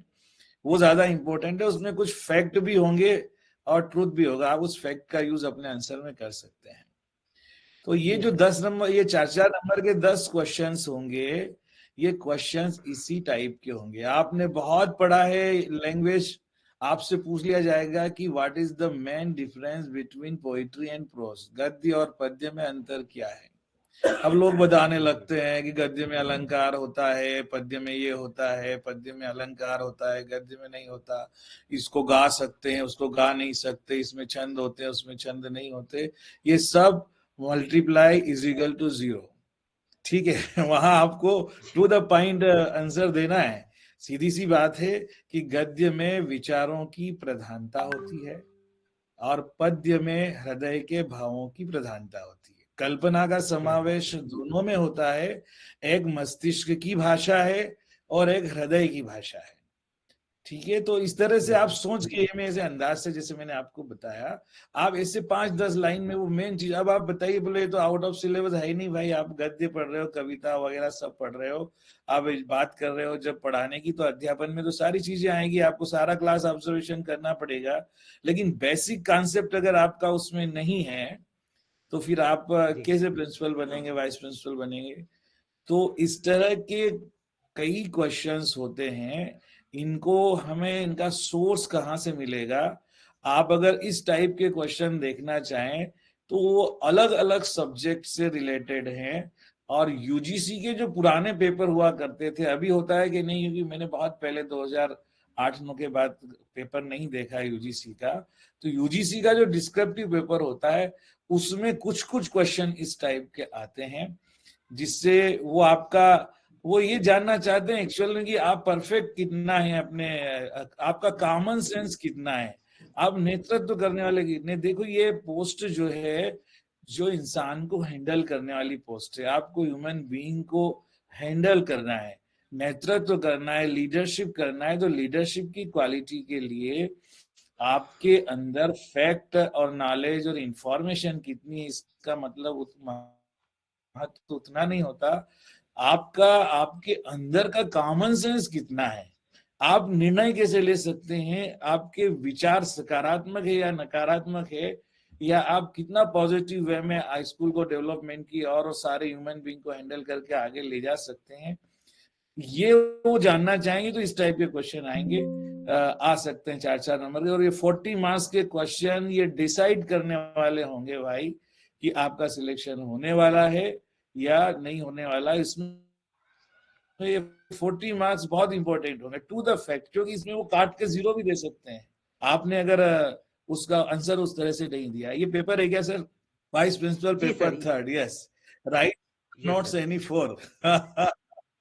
Yes, very good. Resignation, voluntary and premature retirement. Very nice. बहुत बढ़िया है ना। या ये 3-4 तरह से जो है लोगों की नौकरी जाती है। या तो वो खुद रेजिग्नेशन देगा स्वेच्छा से, अपने व्यक्तिगत कारणों से, वो रेजिग्नेशन कहलाता है। और ये रेजिग्नेशन वो किसी भी स्टेज पर दे सकता है, 1 साल, 2 साल, 3 साल। लेकिन सेकंड जो इसमें लिखा है वॉलेंट्री, वो वॉलेंट्री अगर लेना चाहता है, रिटायरमेंट होता है, वो वॉलेंट्री होता है, वो भी रेजिग्नेशन, लेकिन उसमें मिनिमम 10 ईयर होना चाहिए उसका लाभ लेने के लिए, तभी उसको पेंशन वगैरह की सुविधा मिलेगी। एक होता है प्री मेच्योर रिटायरमेंट। ठीक है, तो प्री मेच्योर रिटायरमेंट पहले 33 ईयर वो थी कंप्लीट एज, अभी 20 ईयर और 20 ईयर की सर्विस और 50 साल की एज कर दी है। ये होने के बाद जब वो रेजिग्नेशन देता है तो इसको प्री मेच्योर, इसको मेच्योर रिटायरमेंट बोलेंगे। इसके बीच की जो कड़ी है वो प्री मेच्योर रिटायरमेंट है। प्री मेच्योर रिटायरमेंट में फुल पेंशन नहीं मिलते है। वॉलंटरी रिटायरमेंट जो होता है, जिसमें पूरा मेच्योर होता है, उसमें फुल पेंशन मिलती है। इसको ये रूल्स आप पढ़ेंगे तो इसमें रूल्स नहीं पूछे हैं, लेकिन इसमें केवल एक्चुअली उन्होंने पूछा है कि आपको नॉलेज इसका कितना है। Vacation and non vacation staff in KVS. देखो आज भी कंफ्यूजन है कि प्रिंसिपल टीचिंग स्टाफ में आता है या वेकेशन में, नॉन वेकेशन में कौन सा है, टीचिंग है कि नॉन टीचिंग है। जो नॉन टीचिंग होते हैं वो सब नॉन वेकेशन स्टाफ में आते हैं। वेकेशन जो ऑटम ब्रेक, विंटर ब्रेक और इसका लाभ उठाते हैं गर्मी की छुट्टियों का, उससे होगा। Redressal and grievance in KVS. देखो ग्रीवियंस रेड्रेसल कमेटी होती है आरओ लेवल पे और हेडक्वार्टर लेवल पे, है ना। और हर सेकंड सैटरडे को उनकी मीटिंग होती है। हाँ, उसको शिकायत निवारण प्रकोष्ठ भी बोला जाता है, redressal of grievance in KVS. तो इसके बारे में थोड़ा आपका बेसिक नॉलेज क्या है? देखो, क्या जिसको मन में आया वो शिकायत प्रधानमंत्री को भेज देता है, सीपी ग्राम पे भेज देता है, राष्ट्रपति को, और वहां से होती हुई आती है फिर वो कमिश्नर के पास और आरओ के पास। ये सब गलत प्रोसेस है। जब ग्रीवियंस रेड्रेसल केवीएस में क्या है उसने ये पूछा है, तो आपको चाहे प्रिंसिपल की ही शिकायत क्यों ना करना हो, आप प्रिंसिपल के थ्रू ही उसे नेक्स्ट हायर अथॉरिटी को भेजेंगे जहां वो शिकायत निवारण प्रकोष्ठ है, और ये एड्रेस की जाती है हमेशा ग्रीवियंस ऑफिसर को। हम जानते हैं कि ग्रीवियंस ऑफिसर एक्चुअल में तो डीसी होता है, लेकिन डीसी किसी न किसी एसयू को डेप्यूट करता है, वो चाहे एओ को, एफओ को, किसी को भी डेप्यूट करे। तो आप लिखेंगे ग्रीवियंस रेड्रेसल ऑफिसर को, तो आपकी वो एप्लीकेशन उसी को मार्क करके दी जाएगी जिसको पावर डेलीगेट किया है डीसी ने। तो इस तरह से कहने का मतलब सर, ये बहुत अच्छी बात बताई सर आपने। जैसे सर ने ये जो बात बताई, resignation, voluntary and premature retire, अब इस पे हमको पूरा 1.5 पन्ना भर के नहीं लिखना है, बल्कि इन सबको 50 शब्दों में इन तीनों को डिफाइन करना। मतलब 2 लाइन में रेजिग्नेशन क्या है, 2 लाइन में वॉलंटरी क्या है और 2 लाइन में प्रीमेच्योर क्या है। तो जब हम जान पाएंगे तभी लिख पाएंगे। सर यही कहना चाह रहे हैं ना सर? इसको हमें, इसका जो आंसर है हमें समझ के आधार पर देना है, शॉर्ट एंड स्वीट में, लंबा है। अभी इसमें थोड़ा सा एक कंपलसरी रिटायरमेंट होता है, वो भी प्री मेच्योर में आता है। जब आपके अगेंस्ट कोई इंक्वायरी होती है और लगता है कि अब आप नौकरी आगे करने केवीएस के लिए आप लाभदायक नहीं रहे, तो आपका कोई नुकसान, हाँ, वो आपको एक पनिशमेंट के रूप में प्री मेच्योर वो जबरदस्ती कर देते हैं। एक्चुअली वो उसको अब वो पता नहीं चलता उसका नाम क्या है उसका अलग से, लेकिन वो भी प्री मेच्योर रिटायरमेंट ही होता है। कभी भी वो आपको रिटायर कर देंगे, मतलब आपको उसका कुछ ना कुछ लाभ देंगे, लेकिन पूरा लाभ आपको नहीं मिलेगा। जी बिल्कुल। तो इस तरीके के क्वेश्चन है सर ये, और आगे बढ़ते तो what are the academic objective of KVS? What are, देखो इसमें कुछ क्वेश्चन जो मैंने बताया था वैसे, what are the academic objectives of KVS, ये कॉमन सेंस की चीजें हैं।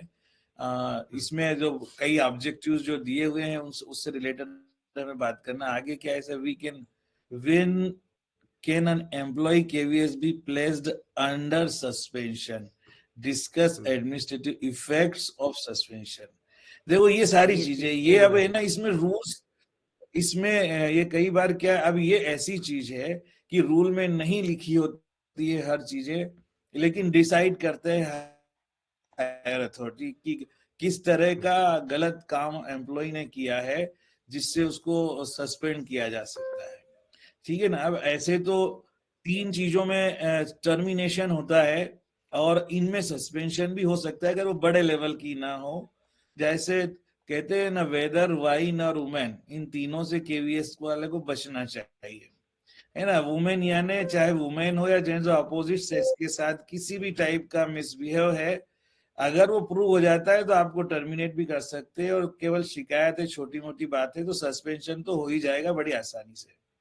ठीक है, पॉक्सो एक्ट वाले भी इसमें सीधे सस्पेंशन और टर्मिनेशन में होते हैं। अगर बाद में कुछ भी समझौता होता है तो भी सस्पेंशन तो होना ही होना है। पहले सस्पेंशन होगा, तब तक आपकी इंक्वायरी वगैरह चलती रहेगी, एंड इसका टर्मिनेशन से भी हो सकता है।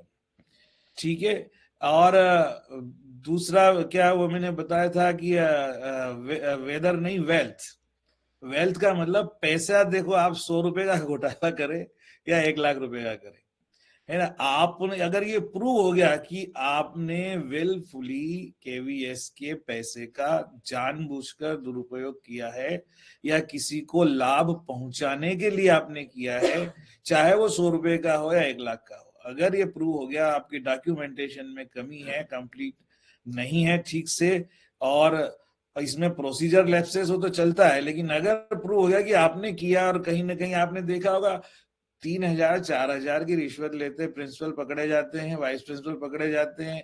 अभी देवास के एक एलडीसी को सीबीआई ने धरा और जेल में। कितने ही टीचर, एक हरिद्वार के जो प्रिंसिपल थे, राजेश जी शायद चौहान नाम था, वो थे, वो 5-10 हजार रुपए की या आउटसोर्सिंग की रिश्वत में 10 साल भी नहीं थे उनके, 10 महीने भी रिटायरमेंट के नहीं बचे थे, लेकिन आज वो जेल में है। कितना बड़ा एडमिनिस्ट्रेटिव इफेक्ट है कि आपकी पूरी जिंदगी का, मान लो आपने कभी कभी ऐसा होता है कि नौकरी के आखिरी दिन भी आपने कुछ गड़बड़ आपकी पकड़ी गई और उस दिन अगर आप टर्मिनेट हो गए तो भाई आपके सारे के सारे जो है वो आपको जो पीएफ बस मिल जाता है, पीएफ मिलता है उसमें, लेकिन आपके जितने भी लाभ और पेंशन होती है वो कुछ नहीं मिलता है।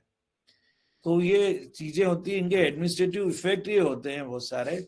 और सस्पेंशन का एक छोटी सी चीज बताऊं मैं आपको, प्रिंसिपल ने 2-4 लेटर दे दिए कि भाई आप क्लासरूम में टाइम पर जाइए। देखो बहुत छोटी सी बात बता रहा हूं मैं कि क्लासरूम पे टाइम पे जाइए और क्लास लेकर के आइए।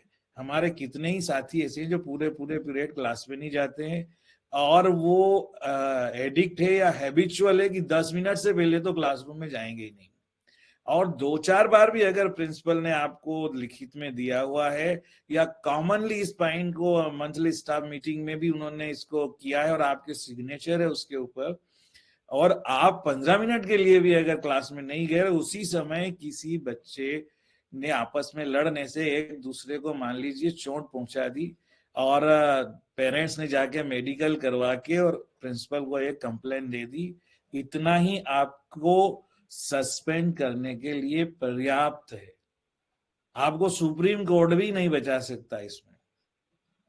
ऐसे में कई एग्जाम्पल आप लोगों को केवीएस के बता सकता हूं कि जिसमें सीधा सीधा टर्मिनेशन तक हुआ है इन मामलों में।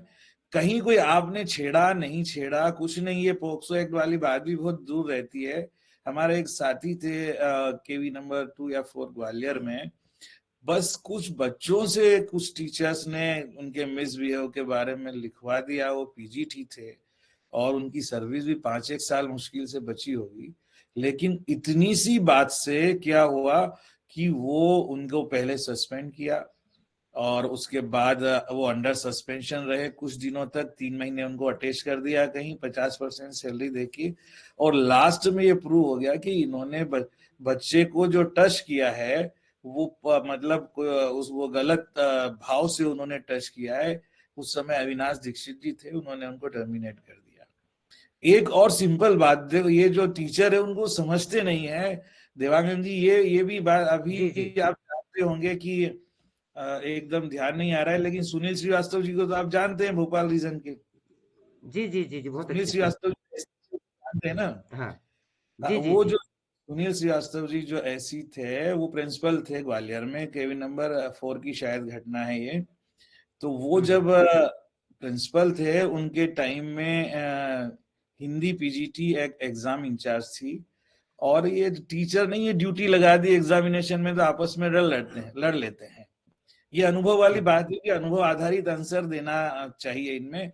अब उसने एग्जाम इंचार्ज ने, वो रोज परेशान हो गई, उसने श्रीवास्तव जी बोल दे सर आप मेरा डिपार्टमेंट लेके किसी और को दे दीजिए। ये टीचर जो है पीजीटी इकोनॉमिक्स, विमल देव उनका नाम था, शायद नाम में एकदम वो नहीं, लेकिन नाम लेना भी उचित नहीं, पर कोई भी XYZ था मान लीजिए आप। तो उन्होंने कि ये जो है ड्यूटी में नहीं जाते हैं या बार बार उसके लिए लड़ाई झगड़ा करते हैं, और कि मेरी क्यों रोज लगा देती है, लोग लगते नहीं मेरा ही अरेंजमेंट क्यों लगा दिया। भाई आप 7.5 घंटे के लिए, अभी इसके पहले 6 घंटा 10 मिनट के लिए आपको कोई भी काम यार करना है, अगर आपने पॉजिटिव अपनी अप्रोच बना ली तो आप पूरा 6 घंटा 10 मिनट काम करोगे, आपको एंजॉय फील होगा। अदरवाइज आप टेंशन में रहोगे, अगले पीरियड में स्टाफ रूम में बैठ के इसके उसके बारे में बोलते रहोगे। इसी बात को लेकर के सुनील श्रीवास्तव जी ने सीधा एसी को और लेटर लिखा, एसी ने हेडक्वार्टर पहुंचा दिया कि इस टीचर पे, अब उनके रिलेशन इतने अच्छे थे या जो भी वो बात मानने वाले थे कि ये जो टीचर है इसको जो है यहाँ से इमीडिएट ट्रांसफर कर दिया जाए या कहीं बुला ले, ये रोज जो है स्कूल के माहौल को, एडमिनिस्ट्रेटिव चीजों को और एकेडमिक को डिस्टर्ब कर रहा है, डिस्टर्बिंग एलिमेंट की तरह। कौन कहता है कि क्या नहीं होता है, ऐसे हजार उदाहरण है। इतने में भाई सीधा उसका ट्रांसफर ऑर्डर आया हेडक्वार्टर से, इसको अंडमान निकोबार भेज दिया जाए, और पोर्ट ब्लेयर का शायद उनको वहां कोई स्कूल दिया, और वो स्कूल गया तो ये चूंकि सीनियर थे, बोलिए सीनियर होते हुए लड़ाई झगड़ा, लोग बुढ़े हो जाते हैं तो भी लड़ते हैं 60 साल के, पर ये इनकी ज्यादा 8-10 साल हो सकता है शरीर, वो बच्चे भी 50 साल प्लस के होंगे, पर ये गए, इनको पोर्ट ब्लेयर गया, और वो 26 नवंबर या दिसंबर वाला समय था जब वेकेशन शुरू होने वाले थे और उसी समय सुनामी आई थी। उस सुनामी के टाइम पे भी वो अपने स्वभाव की वजह से जो है चेंज नहीं आया, और वो सब लोग जो है उस समय एयरपोर्ट पे जाने वाले थे, घोषणाएं हो गई थी सुनामी इस टाइम पे आने वाली है, इमीडिएट सब लोग अपना सब कुछ छोड़ करके चले आए। ये सब कुछ छोड़ करके जाने के चक्कर में कुछ लेकर जाने की सोचा होगा, और ये ट्रक को या उनके व्हीकल को नहीं पकड़ पाए। व्हीकल ने इनका वेट नहीं किया, क्योंकि एक बंदे के लिए 1000 लोगों को जान में नहीं डाला जा सकता जीवन के, और ये रह गए। वो एयरपोर्ट पे जो यात्री बैठ गए थे वो उड़ गए, दिल्ली आ गए, और ये सुनामी की चपेट में आ गए। आज तक न इनका पता चला, न उस स्कूल का पता चला जहां केवी था। और यहाँ पे ये रूल वाली बात बता रहा हूं कि जब तक आपको कम से कम 7 साल के भीतर आपकी मृत्यु हो जाए, आप पानी में बह जाए या कहीं पर भी चले जाए, 7 साल तक आपका, जब तक आप गायब रहना और आपका प्रूफ नहीं होता, तब तक चाहे सुनामी हो या कुछ भी हो, आपको मृत मान करके आपकी पेंशन सुविधा आपके डिपेंडेंट पर्सन को स्टार्ट नहीं की जा सकती। ये रूल है। अब बताइए, रूल इज रूल।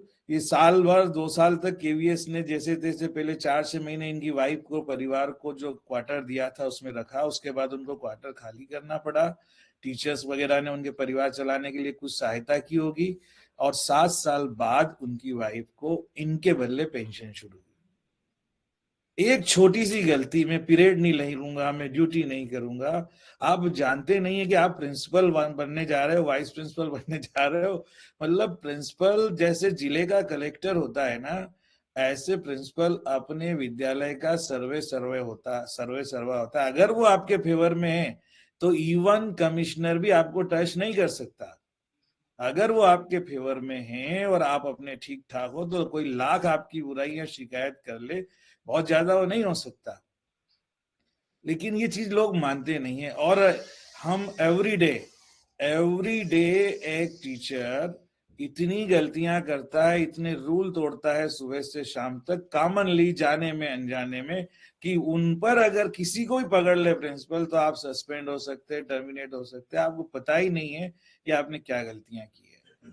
तो ऐसी बहुत सारी चीजें, कभी मैं कोई क्लास लूंगा, वो ये जो आप जो बता रहे थे ना, सीसीएस रूल 1965 की, तो देखो ये रूल ज्ञान वो उनकी जगह, केवीएस में किस तरह लागू होता है, और केवीएस में कौन कौन सी शिक्षकों की गलतियां हैं जिस पर एक्शन ली जा सकती है, जिस पे टर्मिनेशन, सस्पेंशन, उसको सेंश्योर करना, उसके इंक्रीमेंट काटना, cumulative effect, without cumulative effect, ये बहुत सारी चीजें हैं कि ये छोटी छोटी चीजें होती है जो रूल्स में पूछते हैं। अभी कोई बोल रहा था, मैडम बोल रही थी कि रूल है, ये सब सिंपल ही पूछे जाते हैं और कंफ्यूज करने वाले। तो कंफ्यूज यही होता है। लीव रूल में आपसे ये थोड़ी पूछेगा कि भाई ये पेटर्निटी लीव कितने दिन की होती है और मैटरनिटी कितने दिन की, ये बाई चांस आ भी सकता है, पर वो क्वेश्चन ऐसा पूछेंगे जो कॉम्प्लिकेटेड हो। एक अविवाहित स्त्री ने बच्चे को जन्म दिया, उससे पेटर्निटी लीव कितने दिन मिलेगी, हो गए कंफ्यूज। ये प्रश्न आया है सर, ये प्रश्न पूछा ही क्या, वो उसी प्रश्न पत्र। इस तरह एलटीसी के बारे में नॉर्मल चीजें हमें मालूम है, कितने दिन पहले आप कितना % अमाउंट एलटीसी में एडवांस ले सकते हैं, कितने दिन तक आप अगर उसे रिटर्न नहीं करेंगे या यात्रा नहीं करेंगे तो आपको विद इंटरेस्ट उससे लौटाना पड़ेगा। इसके 4 ऑप्शन रहेंगे, उसमें हम कंफ्यूजन हो जाएंगे अगर हमने डीपली उस रूल को नहीं पढ़ा है तो। मैं कुछ 10 चीजें आपको बता दूं, मैंने कुछ पॉइंट नोट किए थे, अब अभी फोन आया था जब देवांगन जी का, तो सर मैं ये बता दूं इनको, केवल कोई नोट, केवल ध्यान दीजिए इन पे, बाद में मैं फिर डिस्कस करूंगा कि आपको अगर अपनी इस एग्जाम, रिटर्न एग्जाम को पास करना है तो आप ये ध्यान रखिए कि भाई 60 ऑब्जेक्टिव आएंगे जिसमें फैक्ट वगैरह होंगे अच्छे, और ये भी कंपेटेंसी बेस्ड और रीजनिंग थिंकिंग स्किल बेस्ड हो सकते हैं। इसको ध्यान में रखे, और मिक्स तरह के होंगे सारे, जिनमें फैक्ट भी होंगे, ट्रूथ भी होगा, कंपेटेंसी भी होगी, सारी चीजें होगी, प्रैक्टिकल अप्रोच वाले भी ऑब्जेक्टिव होंगे। और लेकिन आपको पता नहीं चलेगा उन्होंने कौन सी चीज पे क्या पूछा है, और वो थोड़ा थोड़ा कंफ्यूजन करने वाले रहेंगे, लेकिन अगर आपने उसको एक्चुअल में पढ़ा और समझा है तो आप इमीडिएट करेक्ट आंसर दे देंगे। पहला तो ये ध्यान में रखिए।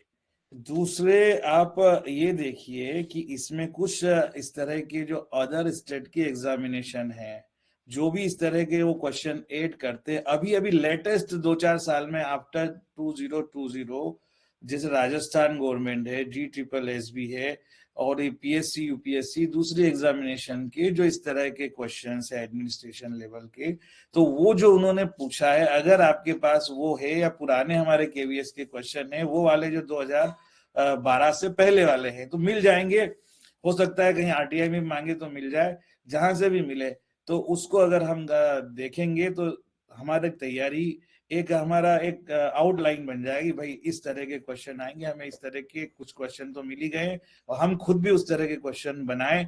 और इसका सबसे बढ़िया तरीका है ये मंच जिसपे हम डिस्कशन कर रहे हैं, तो इसमें अपने आप नए नए क्वेश्चन निकाल के आएंगे, आप डाउट पूछेंगे तो उसमें मजा आएगा और आपकी बातों बातों में स्टडी हो जाएगी, आपको अलग से कहीं रटने की जरूरत नहीं रहेगी। तीसरा आपका है जो बहुत इंपॉर्टेंट चीज है, क्योंकि 10 क्वेश्चन लिखने में सोचने लग गए तो आपका टाइम गया। ये अभी टाइम वाली तो सबने अभी हकीकत देख ली गोला लगाने में ही। जब आपको डिस्क्रिप्टिव लिखना है तो written practice to the point आपको आंसर लिखना है। आप देखिए कि एक बच्चा 6 सप्लीमेंट्री लगाता है और 45 मार्क्स लाता है, और एक बंदा एक भी सप्लीमेंट्री नहीं लगाता है और 100 में से 98 मार्क्स लाता है।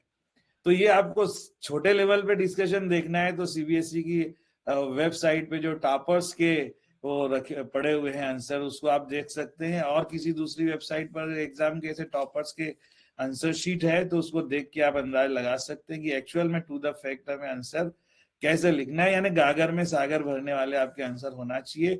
इसकी रिटर्न प्रैक्टिस होना चाहिए, कितनी भी अच्छी हैंड राइटिंग हो, जब हम थोड़ा भी घबरा गए तो राइटिंग खराब हो जाएगी और हम उसको आंसर में जितनी संख्या होना चाहिए परफेक्शन के साथ, उतने वर्ड की लिमिट हम कंप्लीट नहीं कर पाएंगे।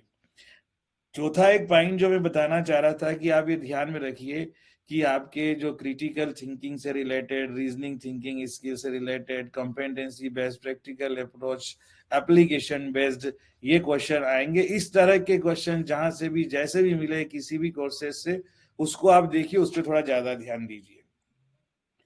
और अगली बात है कि इसमें आप लोगों को ये जो रूल्स जो सर ने बताए, इन सारे रूल्स से रिलेटेड जितने भी ऑब्जेक्टिव, स्पेशली KVS की, ये सर अभी 2012 के बाद भी जो एग्जामिनेशन हुई थी 2018, 19, 20 में भी एक कोई डिस्क्रिप्शन का हुआ था, डिस्क्रिप्टिव पेपर वर्णनात्मक, तो उसमें आप जो ये वाइस प्रिंसिपल के जो होते हैं वो बहुत टफ होते हैं। प्रिंसिपल का पेपर आसान होता है।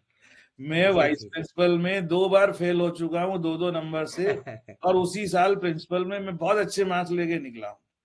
तो वाइस प्रिंसिपल वो जैसे कहते हैं ना, क्लास 9 का सिलेबस ज्यादा टफ है बजाय क्लास 10 के, और क्लास 11 का ज्यादा टफ है बजाय क्लास 12 के।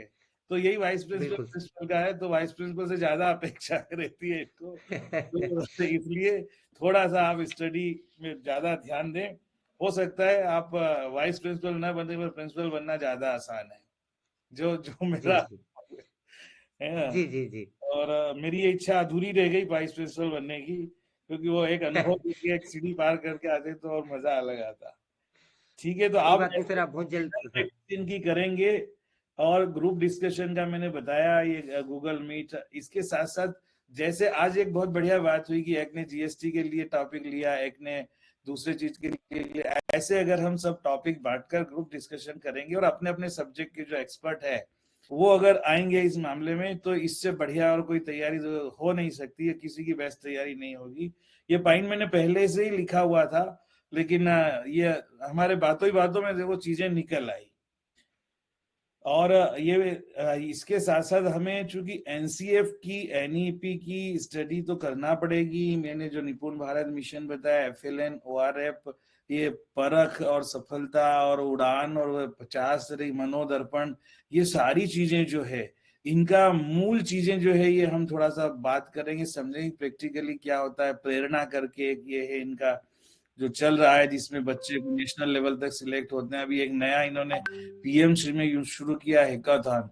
PM श्री के फेज 1, 2, 3 में जो पॉइंट्स है 40-50 जो हेड है, उसमें कई तो कॉमन चीजें हैं, लेकिन कुछ ऐसी नई चीजें इन्होंने जोड़ दी है उसको खर्च करने के लिए, जिससे वो सारी की सारी चीजें कनेक्टेड है एनईपी से, एनसीएफ से। और बच्चे टीचर को अकाउंटेबल बनाने के लिए और बच्चे को वोकेशनल एजुकेशन देना है, उसको ऐसा बनाना है कि एटलीस्ट उसे भटक ना आना पड़े और वो कहीं ना कहीं कोई ना कोई रोजगार करके कमा खाए।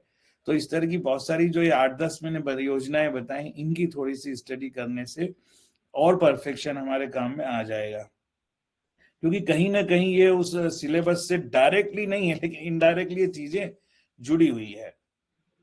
दूसरा ये तो ये हो गया आपका टॉपर्स वाला, मैंने आपको बता दिया। और लास्ट ये कि डरने की बिल्कुल जरूरत है ही नहीं। 0.01% भी जो डर गया सो मर गया। सिलेक्शन हुआ तो अच्छी बात है और नहीं हुआ तो भी अच्छी बात है। अगर आपका सिलेक्शन हो गया, चयन हो गया, तो आप नेतृत्व करेंगे, लीडर बनेंगे। और चयन नहीं हुआ तो आप मार्गदर्शन करेंगे लोगों का कि सफलताएं क्यों नहीं मिली, वो कारण जानेंगे और अगली बार आपके पास वो हथियार होंगे जो इस बार नहीं है। ठीक है भाई? बिल्कुल सही thank you sir. Very sir thank you very much sir आपने।